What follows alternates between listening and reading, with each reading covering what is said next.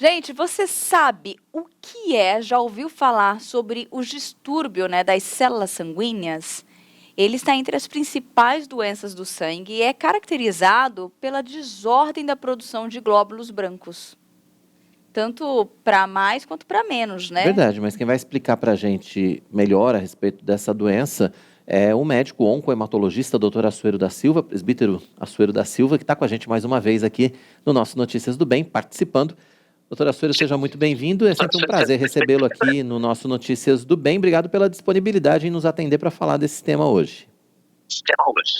Obrigado, muito obrigado, Tainá, Quirino, muito obrigado. Eu acho que eu estou combinando com vocês também, vim de branco, viu, gente? A É gente verdade. contou antes, fizemos contatos por telefone aqui, e aí todo mundo falou, Quirino me ligou hoje cedo para dizer isso.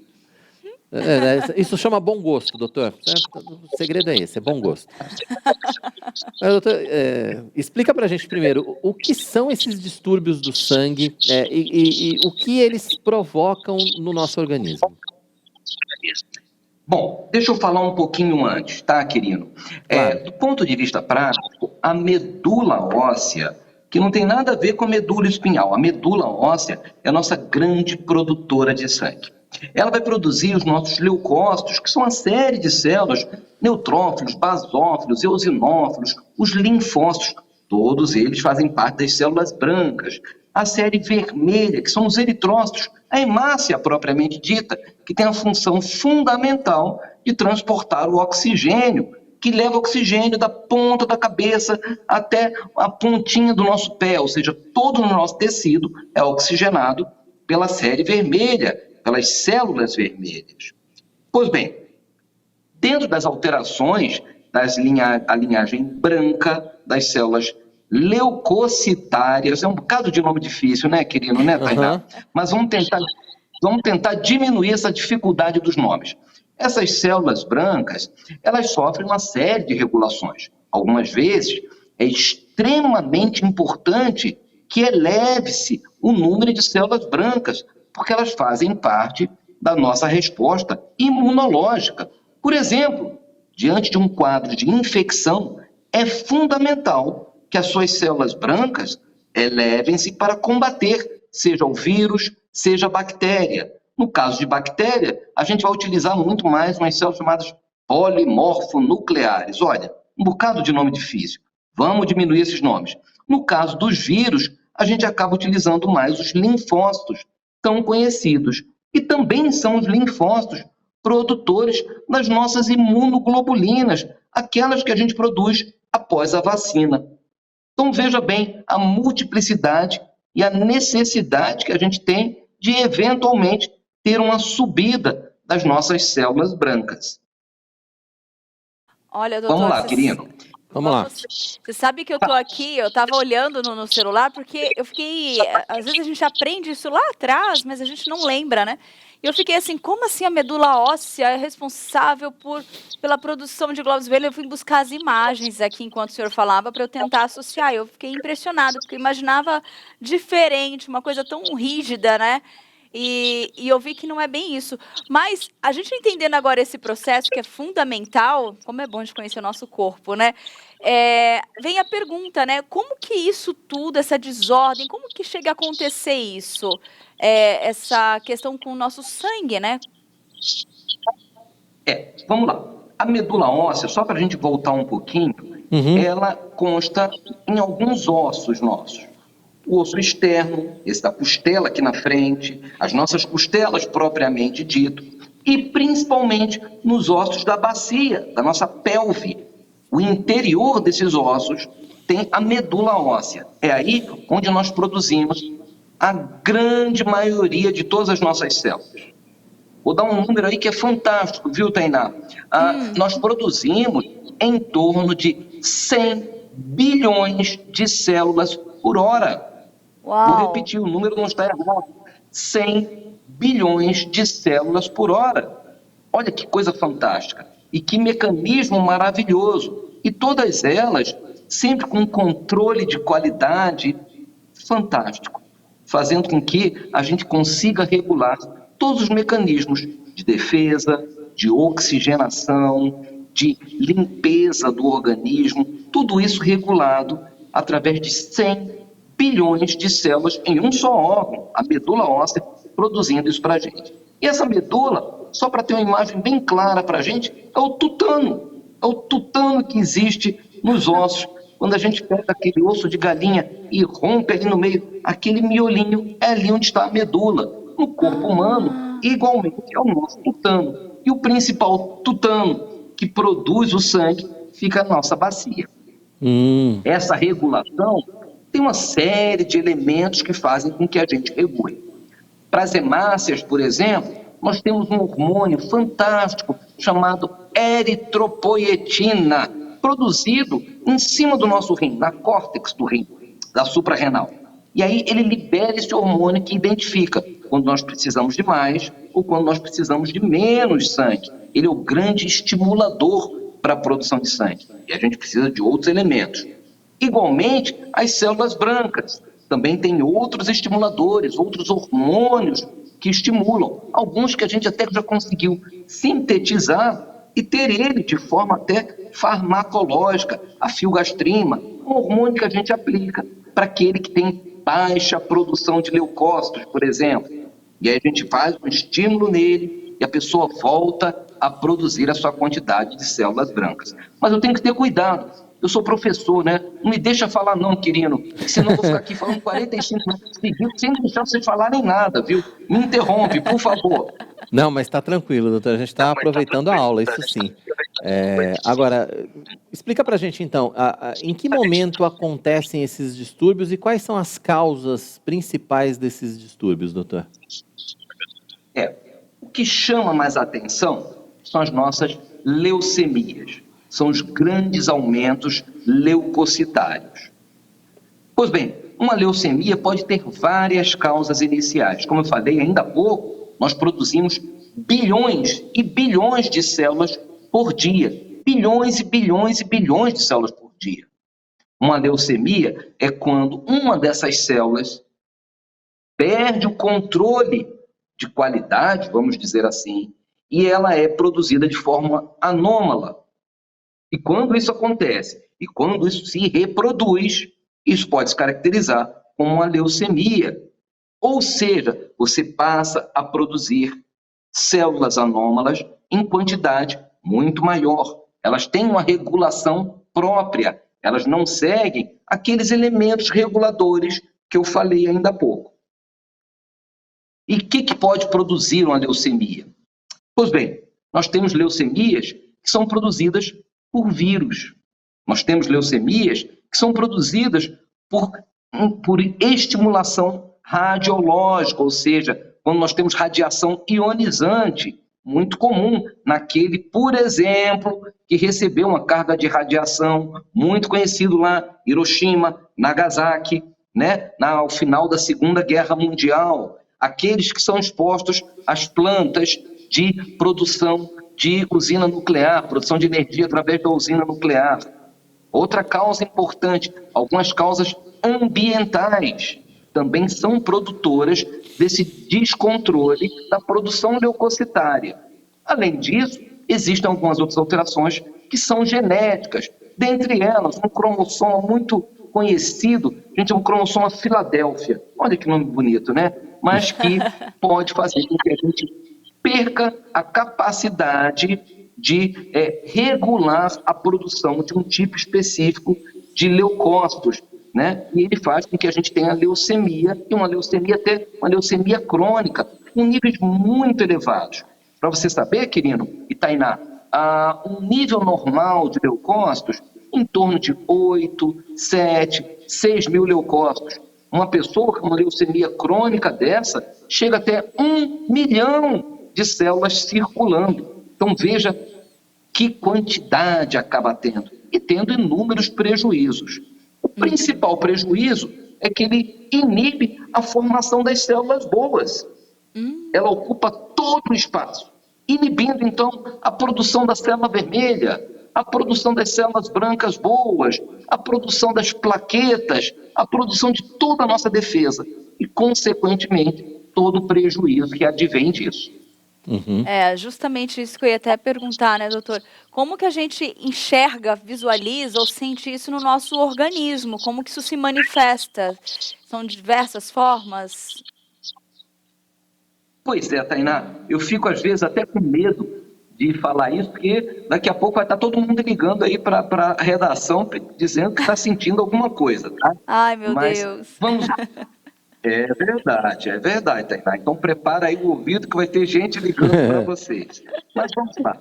Do ponto de vista prático, como a gente já explicou, a partir do momento que você tem uma leucemia, você está ocupando os espaços na medula óssea para a produção de todas as células, você passa a ter anemia, portanto, palidez, cansaço, prostração, unhas quebradiças, pode ter até uma infiltração gengival, alterações na língua, olha só. Além disso, a pessoa fica predisposta a processos infecciosos, passa a ter infecções de repetição, algumas delas mais conhecidas, infecções, por exemplo, fúngicas, as mulheres em região genital, os homens em boca, em nariz, em perianal, enfim, a gente acaba tendo infestações fúngicas. Além disso, o crescimento de gânglios, de linfonodos, são aqueles carocinhos que aparecem quando nós temos um processo infeccioso. Mas lembrando que algumas células leucêmicas, ela tem uma afinidade. Em medicina a gente usa um nome bonito, a gente chama de tropismo. Olha só, tem tropismo por essas regiões. Então são gânglios que podem aparecer no pescoço, podem aparecer na região da virilha, pode aparecer em axila, em todo o corpo.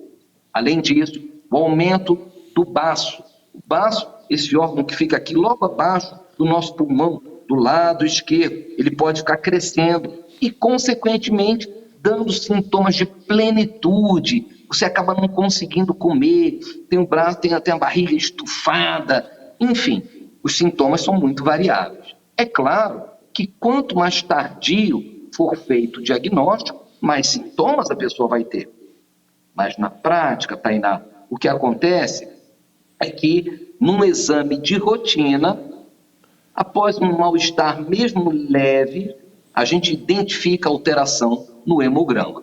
Então, a recomendação é, toda vez que você tiver uma alteração laboratorial, qualquer mal-estar, procure o seu médico. Não espere ter linfonodos, ter o baço crescido, uma palidez importante. É necessário que o médico procure, investigue e faça, eventualmente, até o diagnóstico. Espero que não seja feito.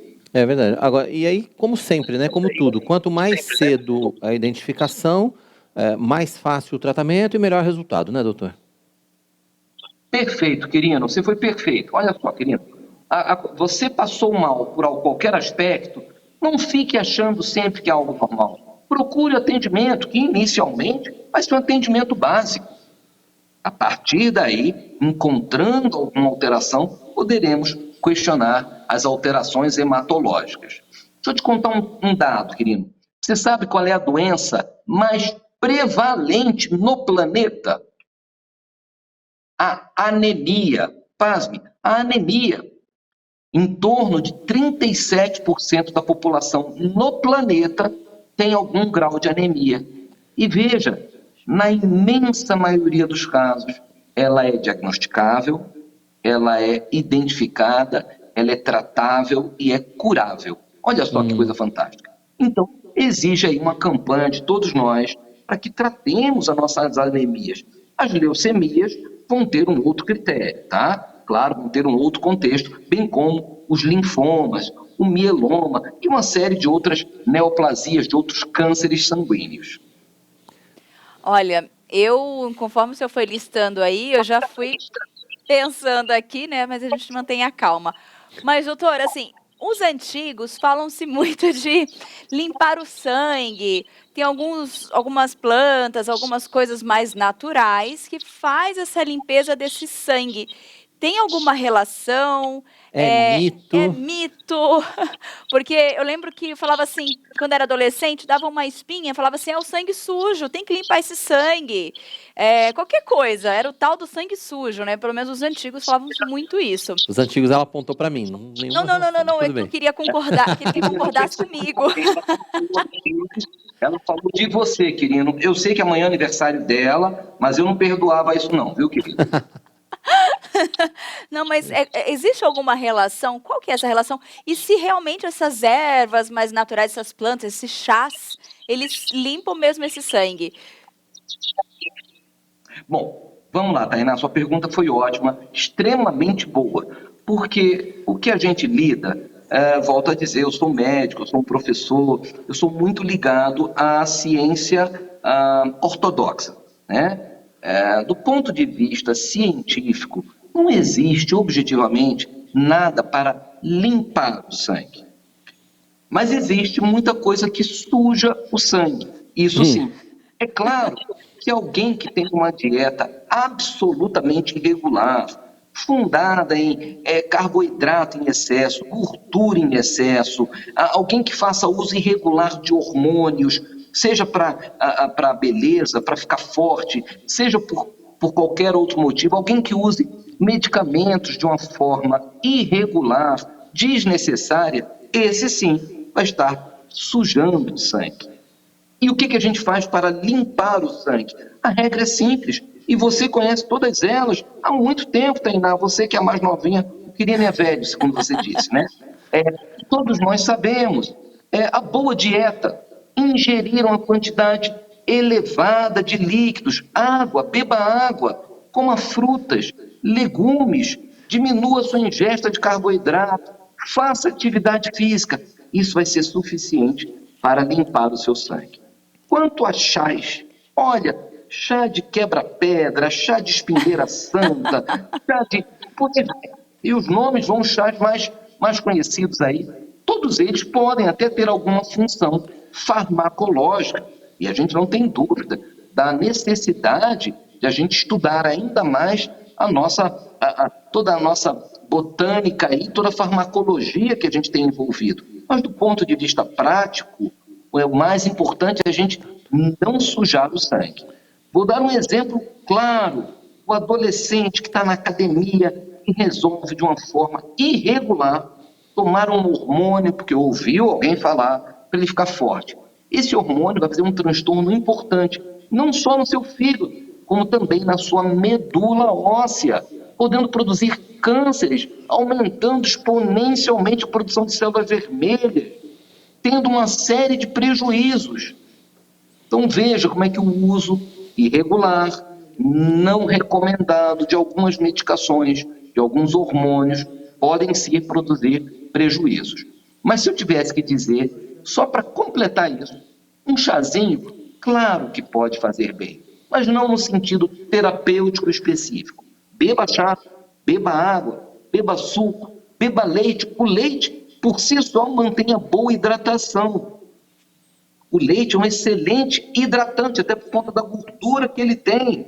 Então é fundamental. Querido, você bebe quantos litros de leite por dia? Não, litros não chega não, mas eu gosto de leite, de manhã, de noite, eu consumo bem leite.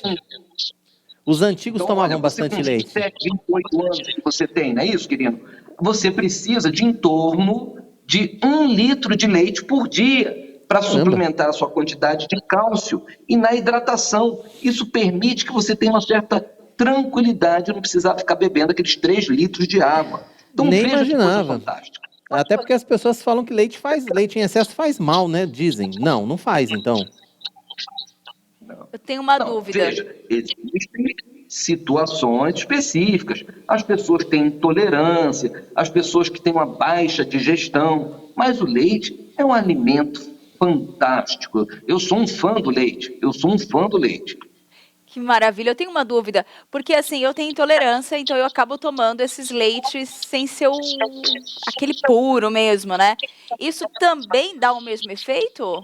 Ou tem sim. A lactose, você utilizando, seja o comprimido com a lactase, ou seja, o leite próprio já sem lactose, os produtos sem lactose, você só vai tirar uma das proteínas específicas, mas todo o restante do benefício, do cálcio, das gorduras, enfim, de todas as propriedades do leite, vão estar lá. Então, Tainá, continue, muito bom, e você muito novinha, claro, mas você já inicia aí uma prevenção para uma possível restrição de cálcio, produzindo a tão temida osteoporose, osteopenia, as restrições de cálcio que a gente vai ter na idade mais madura.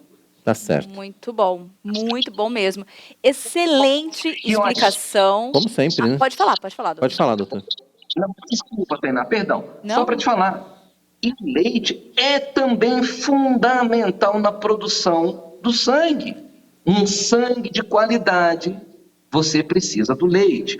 Claro que precisa do ferro, das vitaminas do complexo B. Das vitaminas do complexo B, a gente lembra da B6, que é da B9, que é o ácido fólico, da B12, que é a cobalamina, da B6, que é riboflavina, enfim, a B1, que é a tiamina, todas elas são importantíssimas. E tem um outro detalhe.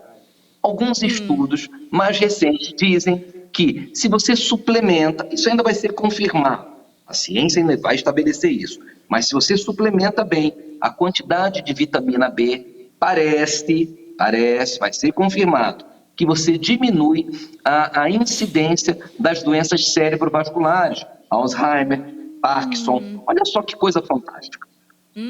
Excelente. Ai, olha, nós ficaríamos aqui por muito tempo conversando e, aliás, no nosso caso, te ouvindo, né? É verdade, seria ótimo. Isso é muito bom, muito conhecimento. Eu não deixei ninguém falar, Foi Tainá. excelente. Eu não deixei ninguém falar, não pode. O cachimbo foi perfeito. Não deixa eu falar não, querido. Não, foi perfeito. Mas eu gostaria que o senhor deixasse os seus contatos para quem quiser continuar acompanhando essas dicas. Eu sei que o seu Instagram sempre tem o senhor compartilha algum conteúdo novo, uma informação. Então, eu gostaria que o senhor divulgasse para quem quiser te acompanhar, conhecer mais seu trabalho. Claro que sim. Pode me seguir no Instagram. Tem uma página lá que a gente está sempre falando alguma coisa muito mais objetiva associado às doenças do sangue, coagulação sanguínea, as neoplasias, os cânceres do sangue, né? É muito fácil. @Assuero, ASSUERO, @Assuero. E lá na bio tem todo o resto. Telefone para contato, meu e-mail, tudo você consegue lá. @Assuero, ASSUERO, que é o livro da Esther, na Bíblia. Procure. Quem não encontrar lá, procura a Escola Dominical e me dá um nome que eu passo para o reverendo Arival para puxar a orelha de vocês. Não, com certeza. Se não souber onde está, tem que puxar a orelha mesmo. Presbítero e médico oncohematologista, doutor Assuero da Silva, participando com a gente aqui do Notícias do Bem. Doutor, obrigado pela sua participação. Ótima, como sempre. E até a próxima. Muito obrigado, Quirino, Tainá. Mandar um abraço grande, por favor, para o Arival, para o Alain, enfim, dando abraço para todos vocês. Não há como a gente deixar de fazer isso. Igreja de Pinheiros e a Igreja Catedral, onde eu estou agora, especificamente estou até aqui agora, são igrejas irmãs, para falar no mínimo. E vocês, olha, Tainá, você está extremamente acompanhada, mas eu acho que o Quirino está mais bem acompanhado ainda. É ótimo, doutor. Obrigado mais uma vez pela sua participação. Até a próxima, então.